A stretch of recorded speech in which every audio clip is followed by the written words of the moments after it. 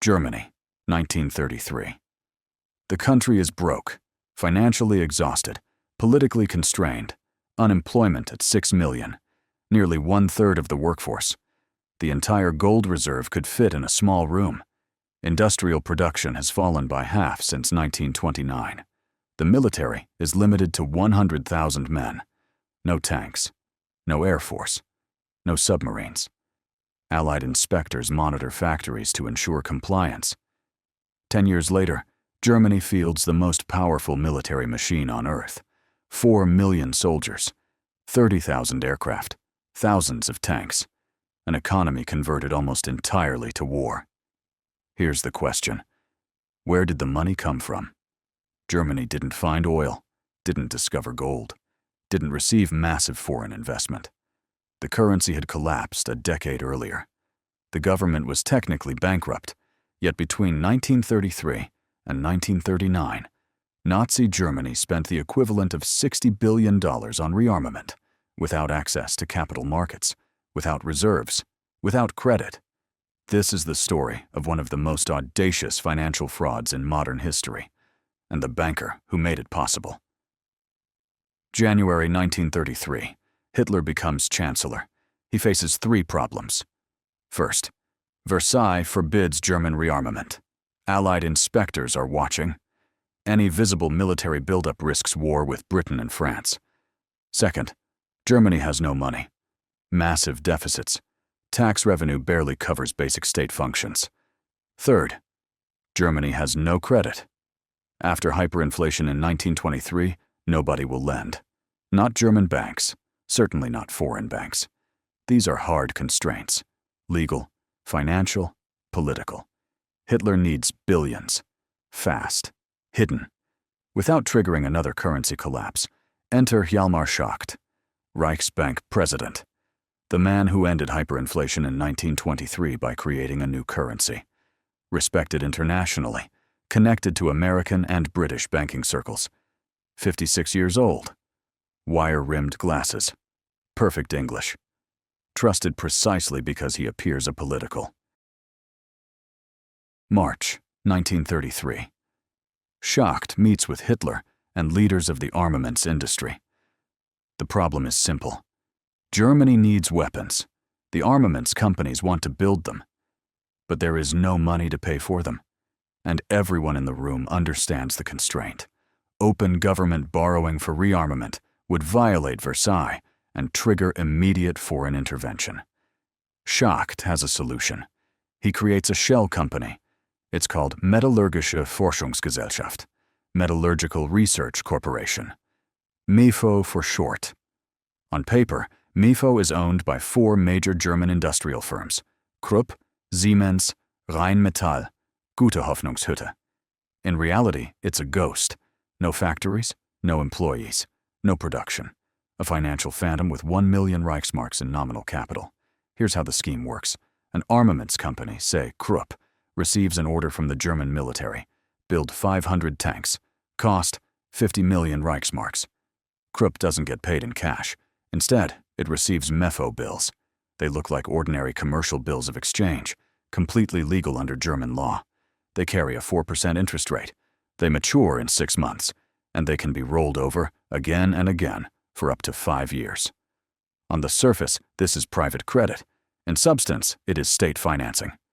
Most importantly, they can be discounted at any German bank, meaning Krupp can take these bills to a bank and exchange them for cash immediately. The bank accepts the MEFO bills because the Reichsbank guarantees them. If MEFO cannot pay when the bill matures, the Reichsbank will. And the Reichsbank is the government. So this is government debt. Functionally, just hidden. But here's the elegant part from Schacht's perspective. MEFO bills do not appear in the government budget. They are not government debt, officially. A distinction without a difference, but legally airtight. The international observers see nothing. The German public sees nothing. The government budget shows military spending of roughly 2 billion Reichsmarks per year. The real spending is closer to 10 times that amount, off the books, hidden inside MEFO bills circulating through the banking system. And because the bills pay 4% interest, banks welcome them. Better than government bonds, more liquid than corporate debt. Guaranteed by the Reichsbank. Risk-free, profitable, invisible. Between 1934 and 1938, Germany issues 12 billion Reichsmarks in MEFO bills, roughly 40% of Germany's entire annual economic output, disguised as routine commercial paper. Picture what this means. You're a German factory owner in 1935. You receive a piece of paper from MEFO. You've never heard of it? Doesn't matter. You take it to your bank. The bank gives you cash. You buy steel, hire workers, build tanks. The workers receive wages, spend money. The economy accelerates. Unemployment falls from 6 million to virtually zero by 1936. Not because Germany became rich, but because money was created where budgets could not reach. Factories expand. New production lines open. But nobody is paying for this. Not yet. The MEFO bills just keep getting issued. 6 months pass. They mature. Instead of being redeemed, they are extended. Another 6 months. Extended again. They are supposed to be short-term commercial credit. They are actually long-term government debt in disguise, rolled forward indefinitely. Schacht has created money out of nothing. He is financing rearmament with obligations that never settle. If this kind of analysis is useful, you know what to do. But there's more. The MEFO scheme only works if the bills never actually come due. If everyone tries to redeem them at once, the system collapses. The Reichsbank does not have 12 billion Reichsmarks sitting in a vault. Nobody does. Schacht knows this. He is betting that as long as the bills keep circulating, as long as banks keep accepting them, as long as companies keep taking them as payment, the mechanism holds. He is also betting that before the bills come due, Germany will have rearmed enough to acquire what it cannot afford. This is not economics. It is balance sheet postponement enforced by time. By 1936, the scheme is working almost too well. Unemployment has vanished. Factories run 24-hour shifts. The Autobahn is under construction. The military grows exponentially. From 100,000 men to over 500,000. From 0 tanks to thousands. From no air force to the Luftwaffe. Foreign observers are impressed. British delegations study German policy. The 1936 Olympics showcase a rebuilt nation. What they are seeing is not stability.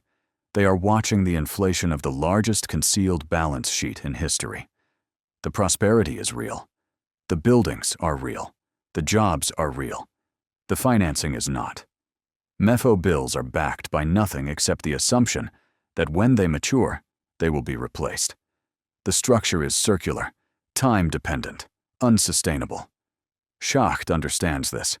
By 1937, he is warning about inflation. By 1938, he openly clashes with Hitler. In April 1938, he stops issuing new MEFO bills.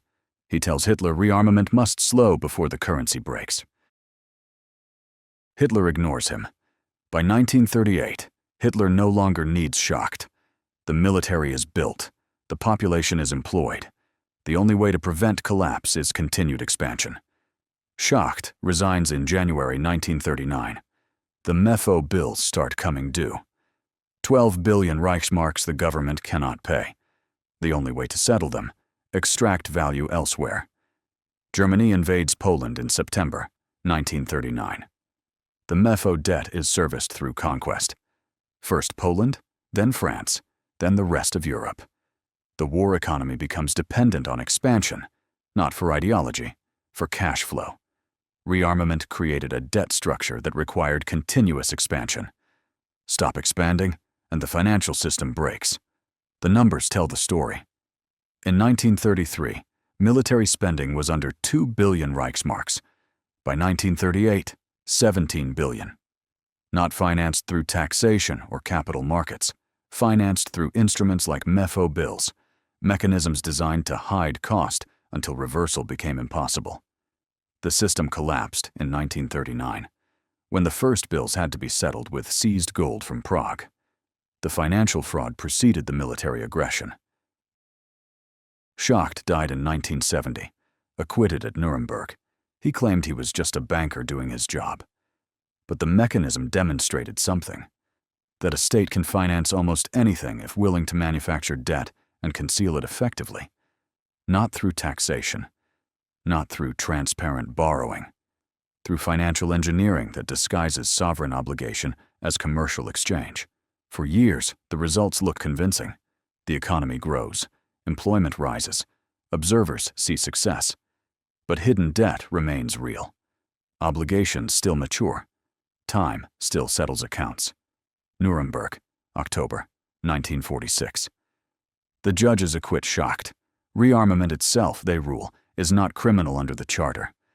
The MEFO bills? Financial engineering. Clever.